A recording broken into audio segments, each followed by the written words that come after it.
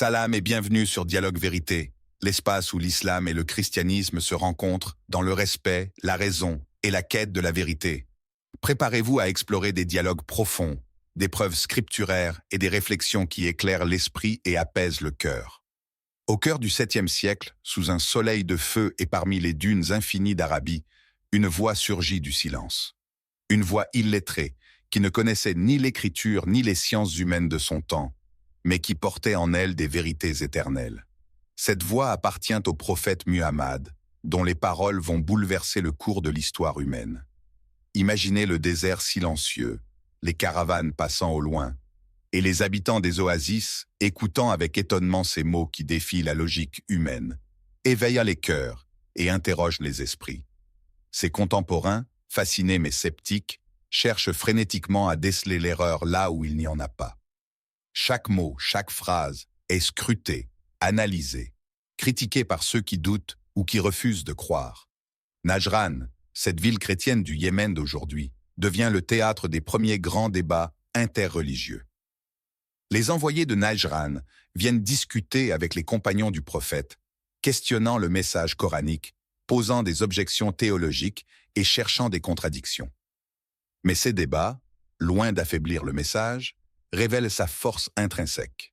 Chaque accusation repose sur un malentendu du texte, une méconnaissance de son contexte historique ou une lecture superficielle de ses versets. Les critiques, qu'elles soient anciennes ou modernes, ignorent souvent la profondeur linguistique et la précision stylistique de la langue arabe du Coran. Comme à Najran, chaque confrontation historique enseigne une leçon fondamentale. La vérité ne craint jamais l'examen. Les textes sacrés, lorsqu'on prend le temps de les comprendre pleinement, se défendent eux-mêmes. Et c'est précisément ici que le docteur Zakir Naik entre en scène. Avec une approche méthodique, il examine chaque accusation avec rigueur, utilisant des preuves textuelles, linguistiques et historiques. Il montre que ce qui semble être une erreur, à première vue, se révèle, sous un regard attentif, comme une preuve de la perfection et de la cohérence du message divin. Ainsi, à travers les siècles, le dialogue se poursuit. Les critiques peuvent changer de forme, mais la lumière de la vérité reste immuable. Le Coran, loin d'être vulnérable, brille de sa clarté, invitant chaque chercheur sincère à scruter ses versets, à comprendre ses enseignements et à ressentir la profondeur de son message universel. Le Coran proclame, dit, il est Allah, unique, Allah, le seul à être imploré pour ce que nous désirons. Sourate Al-Ikhlas 112:1-2. Ces versets, courts mais d'une profondeur inégalée, résument l'essence même du monothéisme islamique. La simplicité apparente cache une logique parfaite. Allah est unique, indivisible, indépendant de toute nécessité extérieure et parfaitement cohérent dans ses attributs. Contrairement à la conception humaine souvent fragmentée, le Tawhid établit une unité absolue de Dieu, qui ne peut être comparée ni à des parties, ni à des associations. Face aux critiques modernes ou anciennes qui prétendent déceler des contradictions dans le Coran, la clé est de comprendre cette logique du Tawhid. L'islam ne présente pas seulement un Dieu, il affirme la cohérence parfaite de sa nature. Omnipotence, omniscience, justice et miséricorde s'entrelacent sans jamais créer de contradiction. Chaque verset s'harmonise avec le suivant, et chaque loi divine est en parfaite concordance avec l'ordre universel. Comparez cela à la Trinité chrétienne. 3 en 1, 1 en 3. Même parmi ceux qui professent cette foi, ce concept reste difficile à expliquer et souvent paradoxal. Comment 3 entités distinctes peuvent-elles former un seul Dieu? Comment concilier la divinité du Père, du Fils et du Saint-Esprit avec l'unicité absolue de Dieu?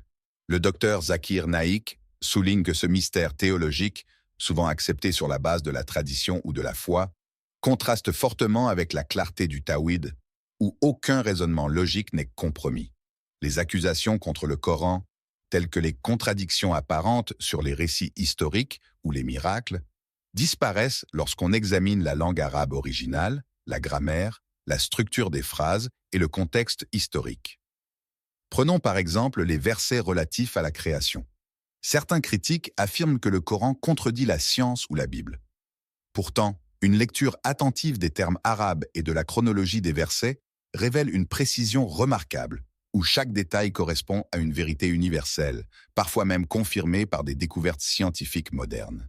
De même, les miracles rapportés, qu'il s'agisse de la résurrection de certains prophètes ou des événements extraordinaires de l'histoire, ne sont pas présentés comme des impossibilités mais comme des signes divins. Leur compréhension nécessite la connaissance des subtilités linguistiques et contextuelles. Ce travail intellectuel ne se limite pas à un exercice académique. Il touche profondément le croyant, éveillant à la fois la foi et la raison. Il démontre que le Coran n'est pas simplement un texte ancien, mais une guidance vivante, cohérente et éternelle.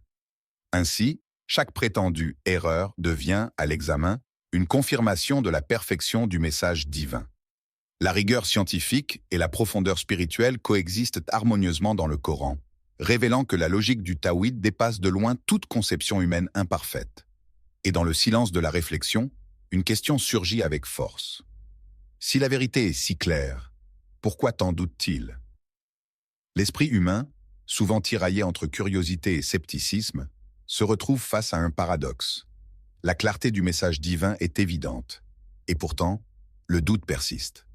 Le dialogue intérieur devient alors une bataille subtile entre la raison et le sentiment, entre la lumière de la connaissance et l'ombre de l'incertitude. On ouvre le Coran, on parcourt ses versets avec attention, et l'on voit la perfection de chaque mot, la cohérence de chaque récit. Pourtant, le cœur cherche toujours un pont vers le divin, une raison de croire pleinement, de ressentir la guidance et de comprendre le dessein derrière chaque message. Les critiques, les accusations, les malentendus des autres deviennent des miroirs reflétant nos propres questions. Suis-je prêt à accepter la vérité? Suis-je sincère dans ma quête de connaissance? Chaque doute devient alors une opportunité unique.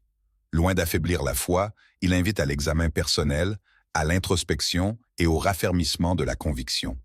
Le croyant apprend à distinguer le bruit des critiques de la voix tranquille de la raison divine.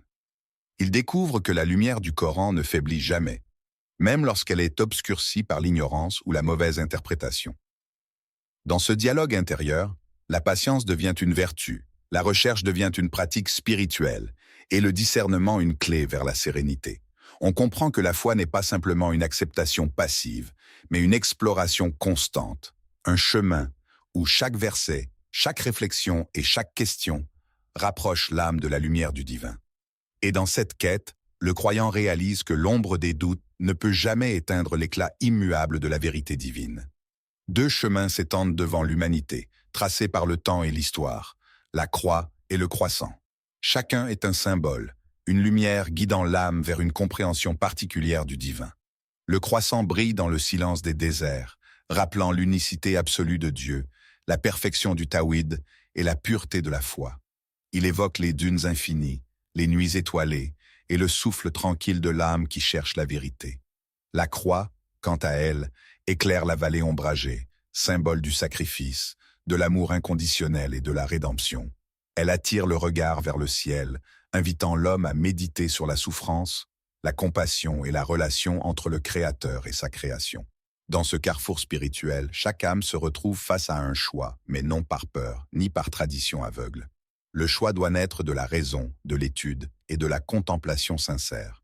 L'exploration du Coran, guidée par la raison et la connaissance, devient un voyage intérieur, où chaque verset est une étoile dans le firmament du savoir, éclairant l'esprit et le cœur simultanément.